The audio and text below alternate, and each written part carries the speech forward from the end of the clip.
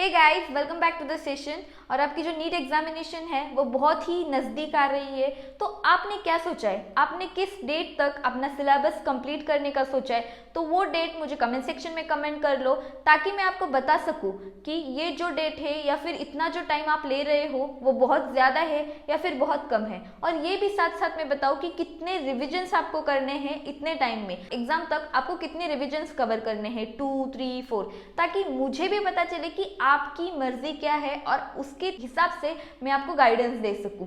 अभी तो मिड जैन चालू है, मतलब आज तो देखो 18 जनवरी है और बहुत ही कम टाइम है अपने पास। 15 to 18 फरवरी तक आपका जो बैकलॉग लेसन्स है ना वो कंप्लीट होने ही चाहिए। मतलब जो लेसन्स आपके पढ़ने के रह गए हो या फिर जो कोचिंग क्लास में पढ़ाए गए हैं लेकिन आपका पढ़ के नहीं हुआ है, जो भी रीजंस हो, मतलब एनी हेल्थ इशू वजह से आपका कंप्लीट नहीं हुआ था, कुछ भी प्रॉब्लम हो, टेंशन लेने की बात नहीं है। जो 17 फरवरी तक है, मतलब लगभग 30 दिन आपके पास है, लाइक 17 to 18 फरवरी तक आपको सभी बैकलॉग के लेसन्स कंप्लीट करने हैं।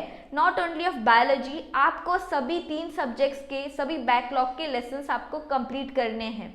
तो देखो, अगर इस टाइम तक भी आपका नहीं हुआ है, 25 फरवरी तक होना ही चाहिए।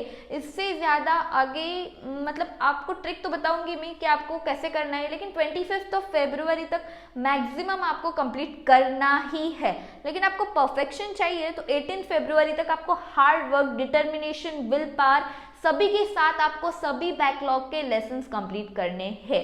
लेकिन एक बात ज़रूर ध्यान में रखो कि ये लेसन्स करते वक्त खाली दौड़ो मत कि हाँ मुझे कंप्लीट करना है, मुझे कंप्लीट करना है, ऐसे दौड़ो मत। जो भी लेसन्स आप कर रहे हो वो इतनी अच्छी परफेक्शन के साथ करो कि आज जो लेसन आप पढ़ रहे हो उसका क्वेश्चन मैं आपको 10 दिन बाद भी पूछूं तो आपको उसका आंसर आना चाहिए। तो स्लोली भी मत पढ़ो और बहुत फास्ट भी मत पढ़ो। जो भी पढ़ रहे हो वो परफेक्शन के साथ पढ़ो, कंफर्मेशन के साथ पढ़ो, मतलब इसका आंसर मुझे आएगा ही, इसके साथ आप पढ़ना स्टार्ट करो। इस तरह से आप कंसेप्ट्स क्लियर करो। समझ रहे हो मैं आपको क्या कहना चाहती हूँ? तो अच्छे से पढ़ो, बहुत फास्ट मत पढ़ो, बहुत स्लो मत पढ़ो। एक लेसन लेके आप बैठ रहे हो और पूरा दिन वही लेसन आप पढ़ रहे हो, मुझे अच्छे से करना है, मुझे परफेक्शन के साथ करना है, ऐसा बिल्कुल भी मत करो। देखो, बुक ले लो प्रीवियस ईयर क्वेश्चंस की, उसमें कैसे किस टाइप के क्वेश्चंस पूछे जाते हैं वो देख लो।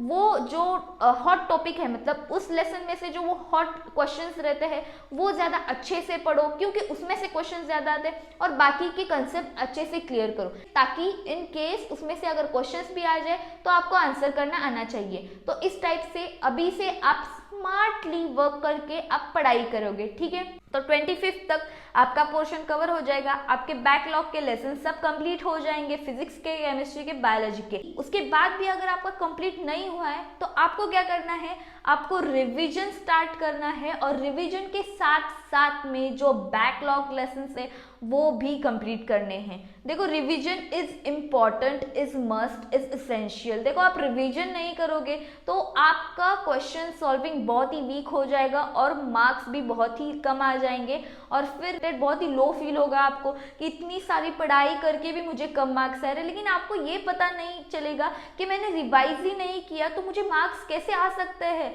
तो इसीलिए 25 के बाद में आपको रिवीजन चालू करना है, क्योंकि देखो most of the coaching classes के जो टेस्ट सीरीज रहते हैं वो 10 मार्च को स्टार्ट होते हैं, राइट? या फिर कौन सी भी टेस्ट सीरीज आपने ज्वाइन की है तो वो 10 मार्च से स्टार्ट कर देती है। तो 10 मार्च तक जो हमें 5 से 10 डेज मिल जाते हैं, अप्रोक्सीमेटली 5-10 डेज मिल जाते हैं, तो इसमें आपको सभी लेसन्स रिवाइज करने हैं और जो बैकलॉग के लेसन है जो कई बच्चों का रह गया होगा तो वो भी आपको साथ साथ में कंप्लीट करना है। लेकिन revision is must. Test series के टाइम पे आपको क्या करना है, तो आपको टेस्ट सीरीज के टाइम पे जो टेस्ट आप देकर आते हो तो उसका रिजल्ट जल्दी आ जाता है। मतलब हम क्या करते हैं, टेस्ट देते हैं और टेस्ट देने के बाद हमें आंसर की भी मिल जाती है हमारी कोचिंग क्लास से।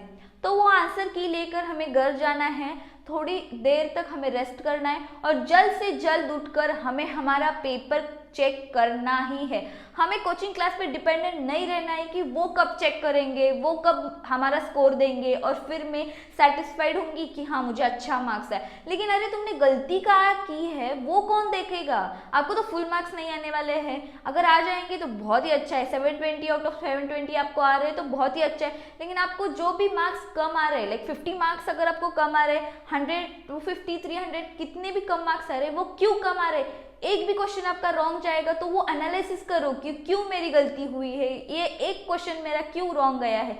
तो वो कौन देखेगा? तो वो आप लोग देखोगे, उसी दिन पे आप एनालिसिस करोगे और उसी दिन पे आप इम्प्रूवमेंट करोगे। और वो जो टॉपिक है जो आपका रह गया था या फिर जिसमें आपने गलती की है तो वो अच्छे से पढ़ लोगे। तो फिजिक्स, केमिस्ट्री, बायोलॉजी तीनों पेपर का उसी दिन एनालिसिस होना ही चाहिए एट एनी कॉस्ट, तो ही आपको इस टेस्ट सीरीज का फायदा होगा या फिर इस टेस्ट सीरीज का 0% आपको प्रॉफिट है। अगर आप एनालिसिस ही नहीं करते हो तो उस टेस्ट सीरीज का कुछ भी फायदा नहीं है। तो आपको टेस्ट सीरीज कंप्लीट करते करते आपको एनालिसिस करना है और उसके साथ जो इंपॉर्टेंट फैक्चुअल टेक्सचुअल क्वेश्चंस जो रहते हैं, जो भी ऐसे चीजें हैं जो वोलेटाइल हो सकते हैं, तो वो ज्यादा से ज्यादा आपको इस टाइम में रिवाइज करना है और टेस्ट सीरीज के लिए प्रिपेयर करते रहना है। तो आपको जो मैंने ये शेड्यूल दिया है ये आपको फॉलो करना है और no one can stop you to score maximum marks and improve your marks from the present marks.